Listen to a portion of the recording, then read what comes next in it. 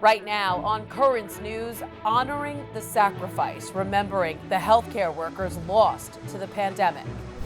Plus, New York lawmakers agree on a budget allocating funds for undocumented migrants and rent relief. President Biden has differences in opinions from other Catholics on the Equality Act. And a horrific home explosion. The man inside that house is alive today thanks to the quick thinking of one Good Samaritan.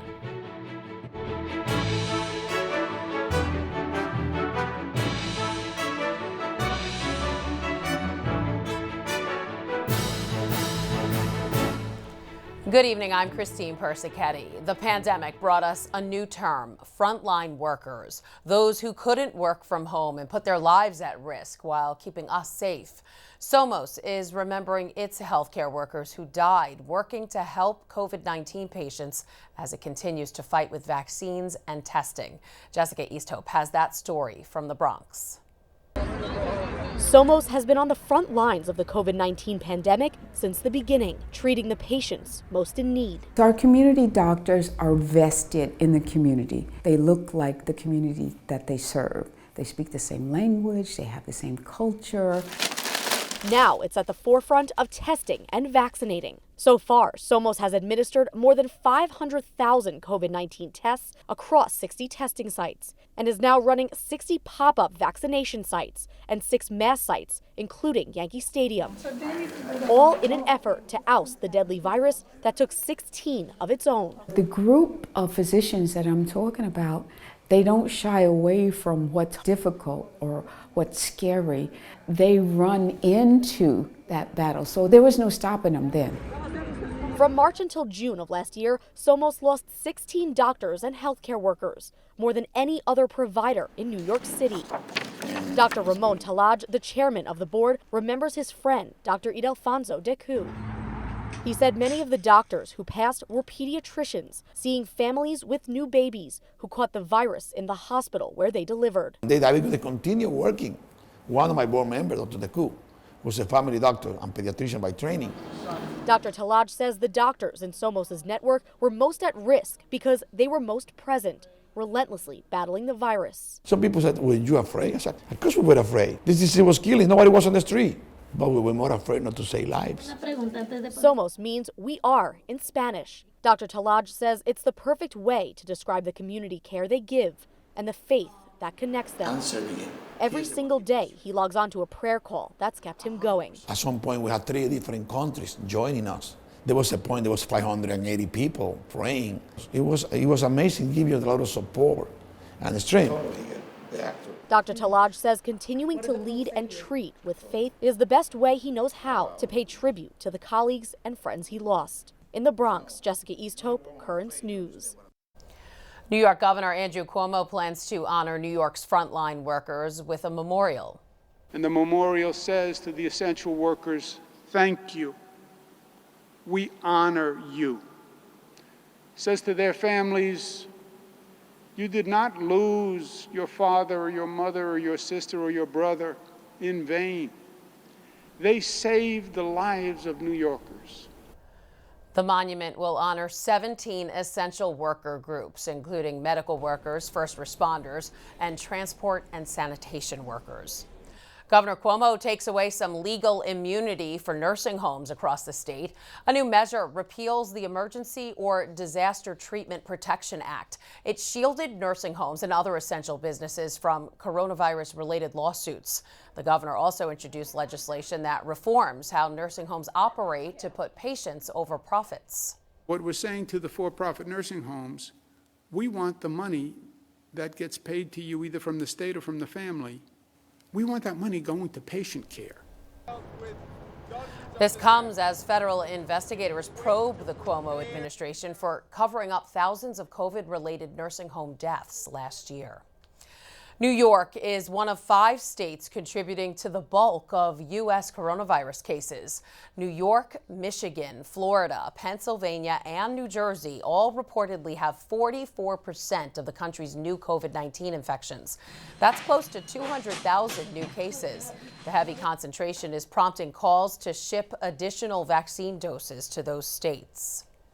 New York State leaders have set a budget for the 2022 fiscal year. The $212 billion spending plan is a nearly 10% increase from last year. State senators worked overnight to reach the agreement, adjourning at 1 a.m. Wednesday morning and reconvening at 11 a.m. to give the budget one final vote. The plan now heads to the governor's office for his approval. So what can New Yorkers expect from the state budget? Anyone making over $1 million will see a tax hike in their future, expected to raise more than $4 billion in revenue.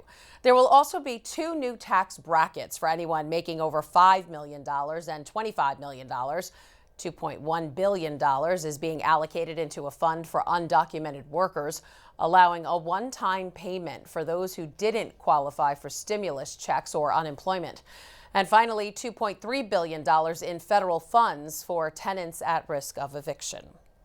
Over in Washington, President Joe Biden is taking steps to address the nation's infrastructure, and now it's the big debate on Capitol Hill.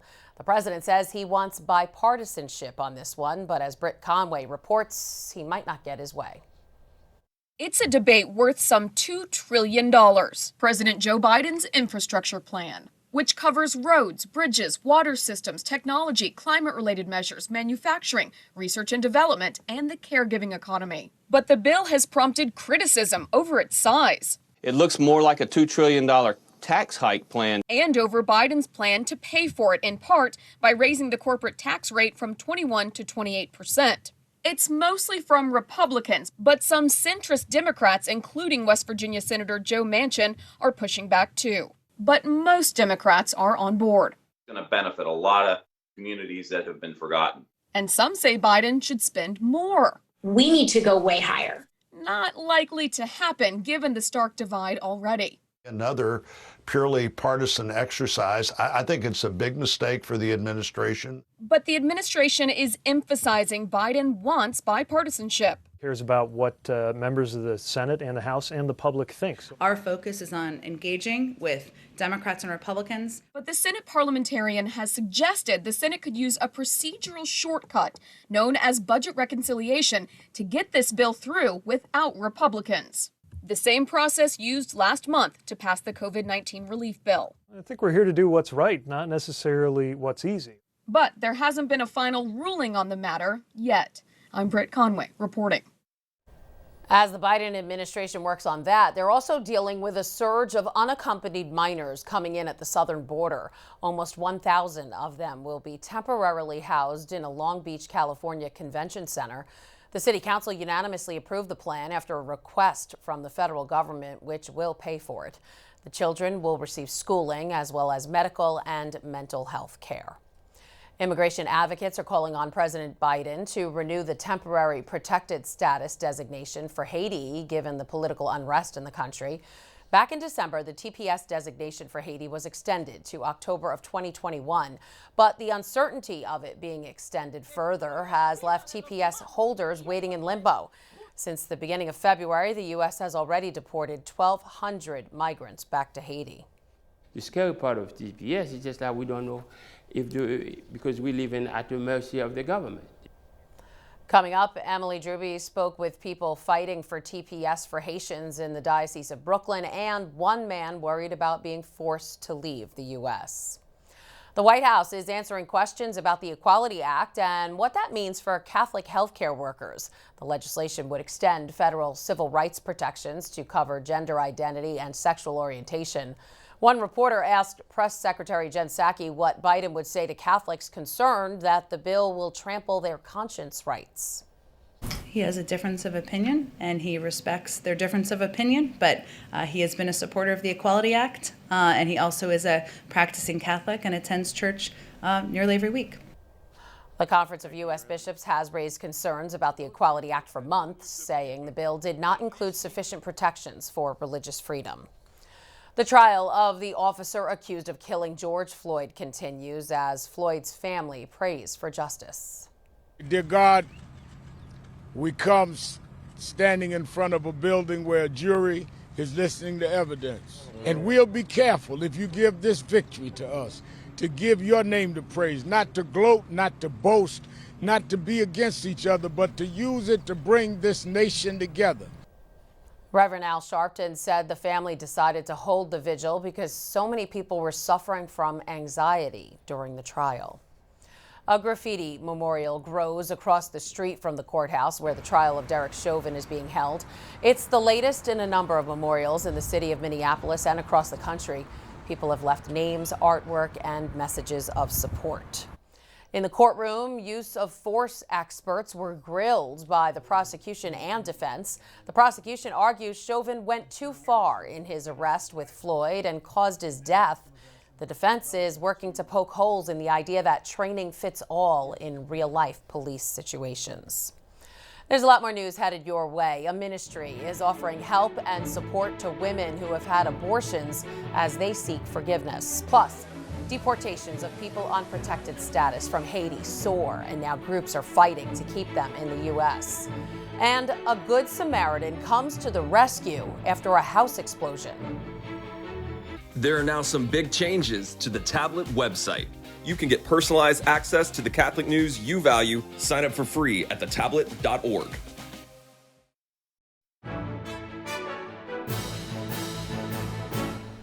Deportations of people from Haiti are soaring as the Biden administration deploys a Trump-era health order. This as violence and coronavirus concerns grow on the island. Emily Drewby spoke with one man who fears for his future and the people working to keep him and other Haitians in the U.S. In the Diocese of Brooklyn, many of the faithful are from Haiti. While incredibly proud of their roots, for many, the U.S. is now their home, and that's being threatened. A new report shows deportations are up at the same time TPS, or temporary protected status, is on the chopping block. I'm very afraid, scared because I don't know exactly when they're going to deport me. Jacques has been here on TPS since 2012. We're using a fake name for safety. It's a designation given to those whose home country has been seriously impacted by violence or disasters. This way, they can live and work in the U.S. temporarily. Haiti's current TPS came right after the devastating 2010 earthquake. Over 55,000 people are enrolled. Jean Similian helps guide people on their path to citizenship through the nonprofit Life of Hope. Located in Brooklyn, it fights to provide equity for immigrants. Now, we don't know what's going to happen. After being threatened in December, TPS was extended to October 2021. But if it will be extended further is unknown, leaving TPS holders in limbo and activist fighting. The scary part of TPS is just that we don't know because we live at the mercy of the government. There's also been a recent hike in deportations, 1,200 sent back to Haiti since February 1st, 2021, more in the weeks following President Biden's inauguration than the entire 2020 fiscal year. So help me God. It's the opposite of what many believed would happen based on Biden's immigration policies. The number comes from a report filed by a coalition of several immigrant rights groups, tying the hikes to a Trump-era policy that allows deportation without any of the normal rights promised. All of this confusion and fear coming as reports of violence and political instability in Haiti increase. There's also reportedly no access to the COVID vaccine. It's getting worse and worse every year. Perez Laksama, who runs the Life of Hope Center, says fighting to keep Haitians here is a Catholic issue. It's about respecting life. People want to live with respect and dignity, and that's what the society offer them. Recently, there's been bipartisan support to redesignate Haiti's TPS status, but change has been slow-moving, and recipients are desperate. My message to the government is to try to take the TPS cases under consideration and try to legalize the people here with TPS. Their status continuing to hang in the balance. In Brooklyn, Emily Drewby, Currents News. Political instability is not the only issue Haiti is facing, as the Caribbean country still does not have a single vaccine to offer its more than 11 million residents. Haiti's immunization program will rely entirely on the United Nations COVAX initiative, but the doses have not arrived yet. Haiti's lack of vaccines comes as the country reports more than 12,700 cases and 250 deaths. Experts believe those numbers are underreported.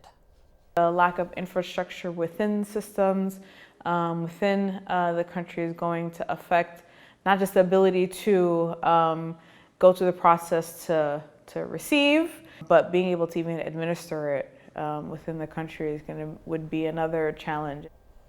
The vaccine shipment is scheduled to arrive in May. However, delays are expected. Getting vaccines to those who need it most is something Pope Francis has been urging governments around the world to do. It's been a challenge, but the Holy Father repeated that message on Easter. Esorto pertanto l'intera comunità internazionale a un impegno condiviso per superare i ritardi nella loro distribuzione e favorirne la condivisione, specialmente con i paesi più poveri. The international community faces many obstacles in achieving this goal. Among them is getting developed nations to give vaccines to countries that can't afford them. The World Health Organization and humanitarian groups have responded to this challenge by creating COVAX, a program designed to vaccinate healthcare workers and high-risk individuals in both developed and developing nations. The aim of COVAX is to distribute 2 billion doses to developing nations in 2021. So far, they've only delivered 36 million. Last week, I made an urgent request to countries with doses of vaccines that have to WHO emergency use listing to share 10 million doses immediately with COVAX. I also requested manufacturers to help ensure that the countries that step up can rapidly donate those doses. This challenge has been heard, but we're yet to receive commitments for these doses. The other challenge to what the Pope is calling the internationalization of vaccines is the internal distribution within poor countries. For example, the Democratic Republic of the Congo received a shipment of vaccines on March 3rd. 1 month later, they haven't been touched. A lack of medical personnel and crumbling infrastructure have prevented their distribution. I know this is a challenging time for many countries as cases and hospitalizations are spiking. But conversely, it's when cases are spiking that it's the most important time to share vaccines equitably and protect health workers and at-risk communities. COVAX distributed its first vaccine on February 25th when it delivered 600,000 doses to Ghana. Meanwhile, the U.S. and the U.K. began their vaccination drives more than 2 months earlier in December. Now to another population in need of help, women who have had abortions. A local ministry is offering retreats to help them with the pain and isolation they feel as they search for forgiveness and healing through Christ. Teresa Bonapartis is the co-founder of Entering Canaan. She joins us now from Westchester. And Teresa, first tell us what compelled you to create this service? Well, I had actually had an abortion when I was a teenager. I became pregnant and unfortunately was kicked out of the house by my family and coerced into having an abortion. So for years, I looked for help because I knew that it bothered me, but there wasn't really anything out there. So when I finally did find healing through a priest and a therapist that I found after many years, I mean, I'm talking 15 years, I just kind of became on this quest to let other women know that healing was possible because I knew that there had to be other people out there suffering as I did. Wow. It's actually 25 years this year. Oh, wow, that's great. What can someone expect when they go to a retreat? So when they come to a retreat, the first day retreat, which is what we're going to be doing in Brooklyn, is really a day really just to give them hope of healing. They'll hear a testimony from someone who's been through the program, who's reached healing.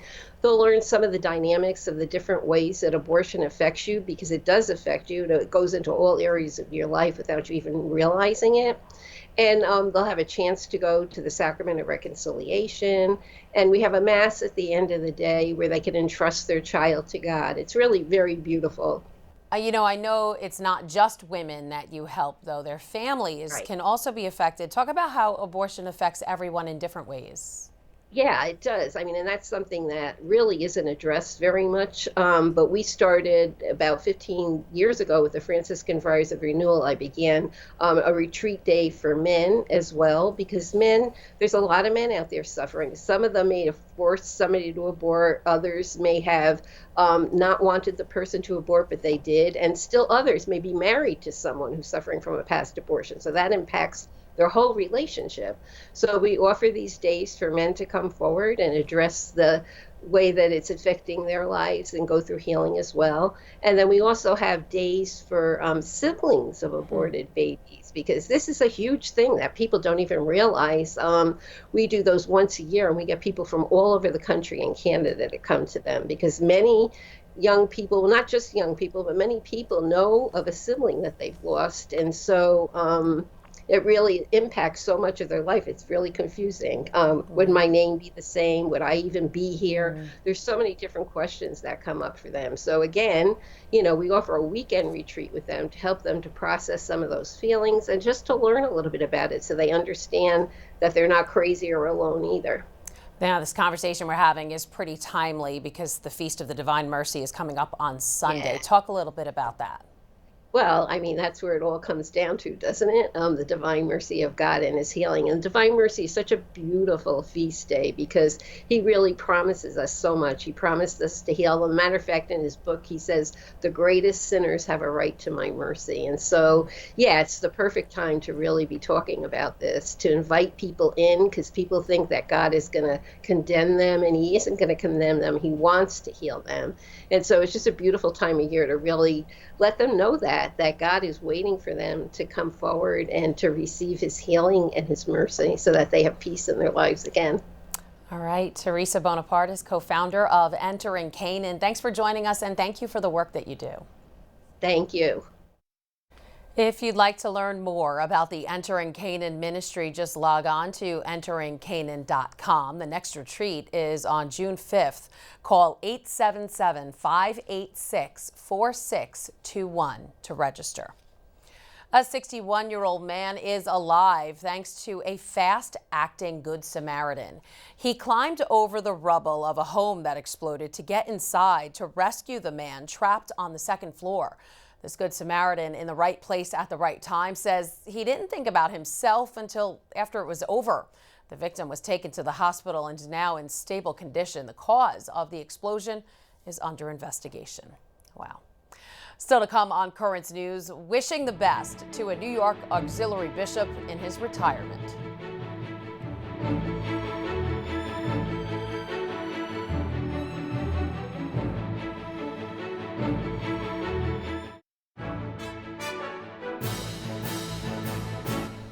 An auxiliary bishop of New York, Bishop John O'Hara, is retiring. The New Jersey native was a product of Catholic schools and had a career in radio before answering God's call to the priesthood. Bishop O'Hara sat down with tablet editor Ed Wilkinson for the Net TV series On the Block back in 2017 to talk about his vocation. I love the priesthood. I love the opportunities it offers, the people that we serve, the situations that we face. And in spite of the negativity, I'm not negative. God put us to live in this time, in the here and now. In a phone interview, Cardinal Timothy Dolan said Bishop O'Hara, quote, oozes love for Jesus and his church. Cardinal Dolan expects the newly retired bishop to remain active, administering the sacraments and making pastoral visits. Congrats to him. And that is Currents News. I'm Christine Persichetti. Thank you for joining us because we are putting your faith in the news. Hope to see you again next time.